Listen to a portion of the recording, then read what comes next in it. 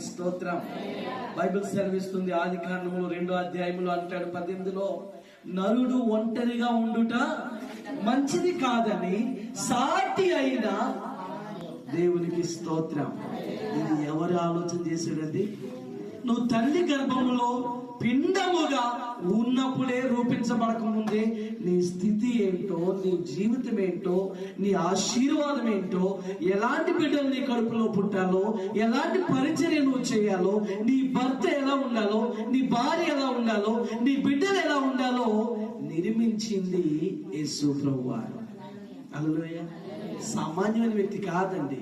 మనం ఏదో అనుకోని రాలేదు, మనం రోగోసం కాదు రావడానికి. దేవాది దేవుడు అంటున్నాడు, ఈ లోకానికి నేను నిన్ను పంపించాను ఎందుకో తెలుసా?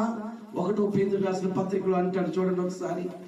ఈ లోకానికి మనల్ని ఎందుకు పంపించాడంటే అక్కడ రాస్తాడు,